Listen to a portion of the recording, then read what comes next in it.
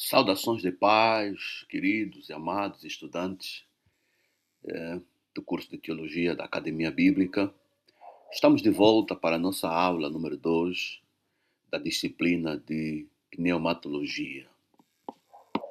Nesta aula, nós vamos falar sobre os símbolos do Espírito Santo, as funções do Espírito Santo, os atributos do Espírito Santo, e vamos fechar a aula número 2 falando sobre o fruto do Espírito Santo.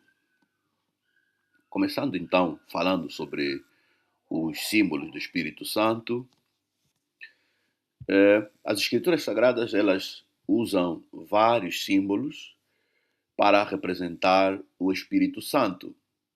E nós na aula passada apresentamos assim de forma superficial, e hoje vamos então apresentar cada um dos símbolos, bem como também os seus significados.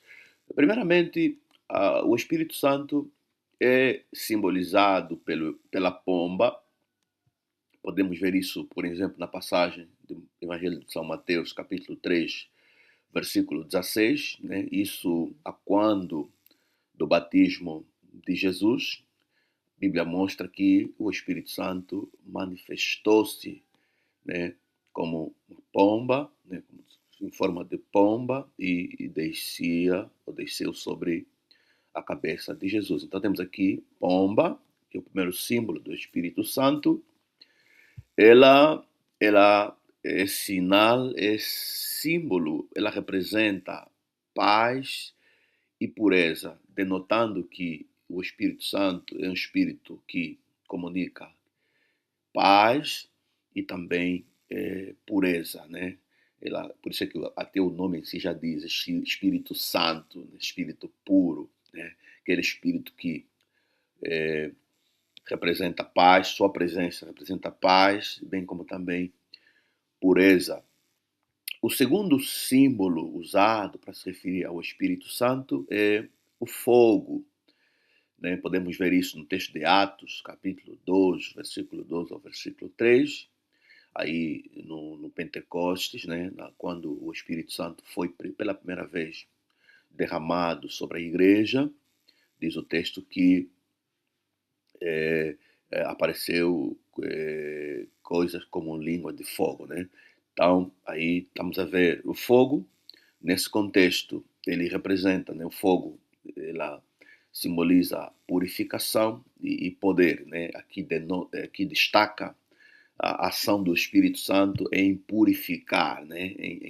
Em tirar a impureza, né? Bem como também o empoderamento que o Espírito Santo causa quando ele toma alguém ou crente. Nós também a Bíblia apresenta o vento, né, como símbolo do Espírito Santo. Aqui o vento ela está a significar, está a tipificar a presença invisível, né? Ela é uma presença real, porém ela é invisível, porque não se pode ver. Ok? E também nós temos aqui a água sendo usada para representar o Espírito Santo, e neste contexto, água, né, tipifica vida espiritual. Sabemos que água é vida, né? A água comunica vida no corpo humano, portanto, água, se referindo ao Espírito, né, denota o facto de que o Espírito ele comunica vida, né, vida espiritual. E por fim, também a Bíblia usa o óleo, né, como um símbolo do Espírito Santo, quando fala, por exemplo, da unção. E aqui óleo está a representar consagração, né? Aqui, quando o Espírito Santo é representado como óleo, aqui a ideia é consagração, dedicação, né? Possessão. A Bíblia deixa claro que a igreja, os crentes, né? Nós somos propriedade peculiar de Deus. Então, Deus nos sela, Ele nos consagra por meio do seu Espírito em nós, que é sinal de que somos propriedade dele. Portanto, o Espírito Santo aqui é apresentado como aquele que nos consagra, aquele que nos sela como propriedade exclusiva do Deus Todo-Poderoso. Portanto, esses são, então, os símbolos do Espírito Santo, bem como também os seus significados no contexto das Escrituras Sagradas. Ok? Vamos agora avançar, vamos então agora ver os atributos do Espírito Santo. Ok, avançando, vamos agora falar, conforme anunciamos, sobre os atributos do Espírito Santo. É importante notarmos que a Bíblia inclui, né, ou atribui ao Espírito Santo características, né, que demonstram a sua natureza, bem como também a sua pessoa. Esses atributos são usados tanto na teologia cristã, né, aqui me refiro na dogmática, quanto também na teologia bíblica, né, para descrever quem é o Espírito Santo e como ele age tanto na criação, na igreja, bem como também na vida dos crentes. Portanto, olhar, compreender os atributos do Espírito Santo vão nos permitir compreendermos, né, como é que o Espírito Santo age. Tanto, vamos assim começar com o primeiro atributo do Espírito Santo. Ele tem então atributo de santidade, né? É claro que a expressão Espírito Santo já revela, né? Já revela a natureza santa, a natureza pura, a natureza sublime do Espírito em questão. Passagem como o Evangelho de São Lucas, capítulo 11, versículo 13, né, onde diz que o Espírito Santo, né, fala do Espírito Santo, Efésios capítulo 4, versículo 30, né, também encontramos a expressão o Espírito Santo de Deus. Aqui já Paulo é muito mais categórico, né? Ele não se apega só em defini-lo como Espírito Santo, mas também especifica que ele é Espírito Santo de Deus, né? Quer dizer que é parte do ser de Deus, é de Deus. Okay? Aqui Paulo adiciona aqui a proveniência, né? A origem desse Espírito, que é Deus.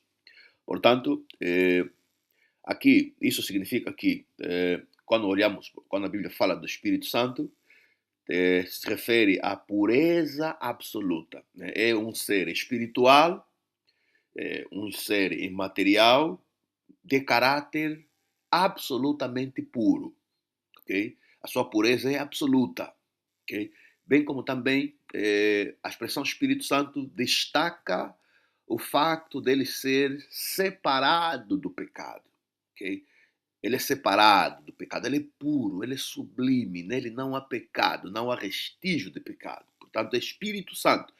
E também o terceiro aspecto que a expressão Espírito Santo denota é a sua perfeição moral, ou seja, nele não existe imoralidade, ok? Ele é um ser espiritual, ele é absolutamente puro, ele é separado do pecado e ele tem um caráter moralmente perfeito. Portanto, é nisto, né, que consiste o atributo de santidade do Espírito.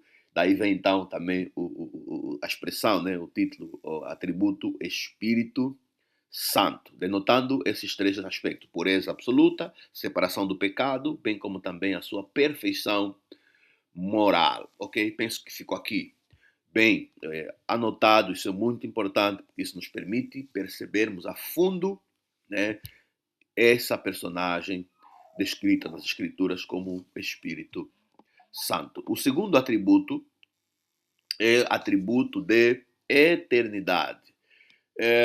Aqui, por atributo de eternidade, queremos dizer que o Espírito Santo é descrito como um ser eterno, né? Um ser eterno. Temos aqui o texto de Hebreus 9, versículo 14, né? Diz que quanto mais o sangue de Cristo pelo Espírito eterno, né? Aí estamos a ver então aqui o autor a descrever o Espírito como sendo eterno, significando que o Espírito Santo não tem começo nem tem fim. Portanto, ele é Espírito eterno, é um ser espiritual cuja existência é eterna, cuja existência é infinita. ok?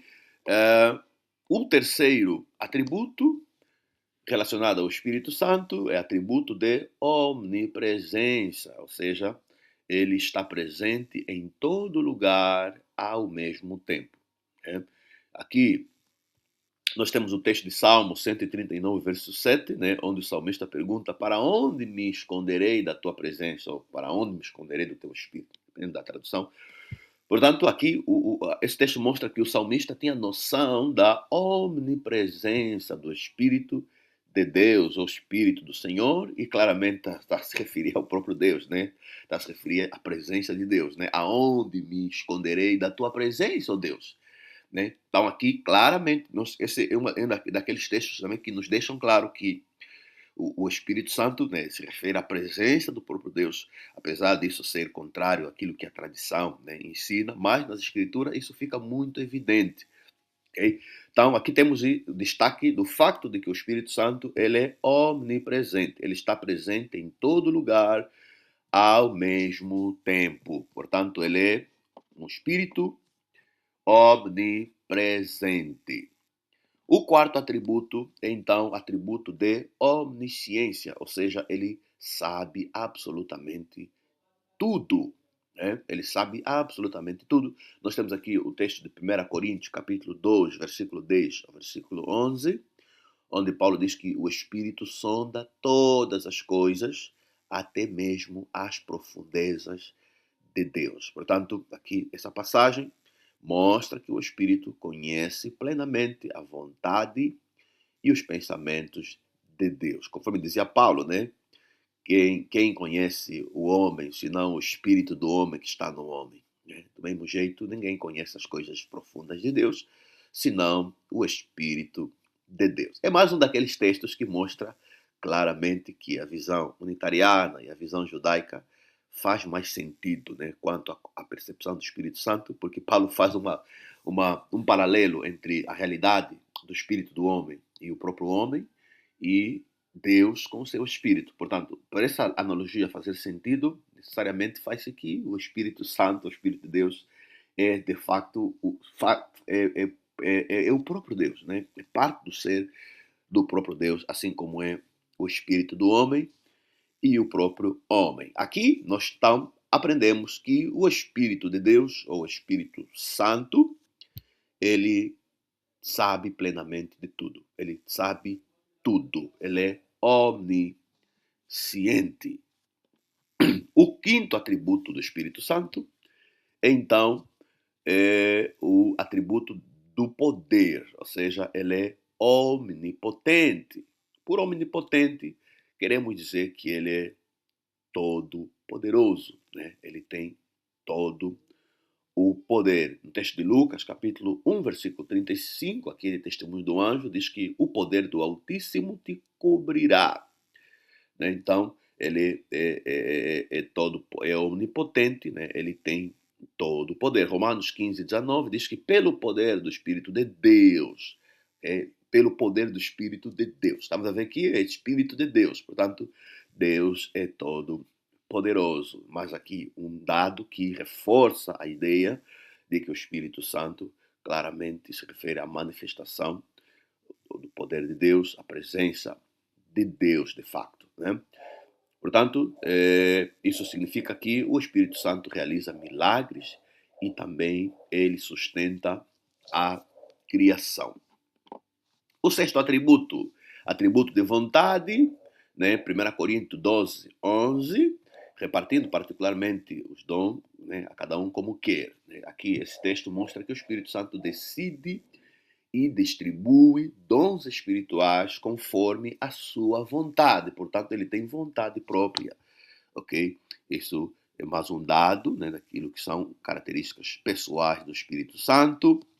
E também temos atributo de inteligência, né? 1 Coríntios 2,10, o Espírito, né, dá todas as coisas. Romanos 8, 27, a mente do Espírito, né? Aqui o significado é que o Espírito possui conhecimento e compreensão divina. Tá? Temos aqui claramente descrição de um ser pessoal. O oitavo, atributo de comunicação ou atributo de fala. Né? Aqui Atos 13:2 disse o Espírito Santo. Apocalipse 2:7, o Espírito diz às igrejas. Isso claramente demonstra que o Espírito Santo se comunica, guia e revela a vontade de Deus. O nono atributo, atributo de emoções, né? O Espírito pode reagir de forma pessoal. Nós temos Efésios 4:30, onde diz que não entristeçais o Espírito Santo, quer dizer que ele pode ser entristecido pela nossa conduta. Isaías 63, verso 10, ele diz: eles entristeceram o seu Espírito Santo. Eles entristeceram o seu Espírito Santo. Aqui mostra que o Espírito não é apenas força impessoal, mas sim é uma presença pessoal, né? O décimo atributo, que é então atributo de ensino e guia, de João 14:26, ele vos ensinará todas as coisas. João 16:13, vos guiará a toda a verdade, né? Isso quer dizer que o Espírito Santo instrui espiritualmente os crentes. Ok, vamos parar aqui a primeira parte da aula 2, depois vamos dar seguimento na segunda parte.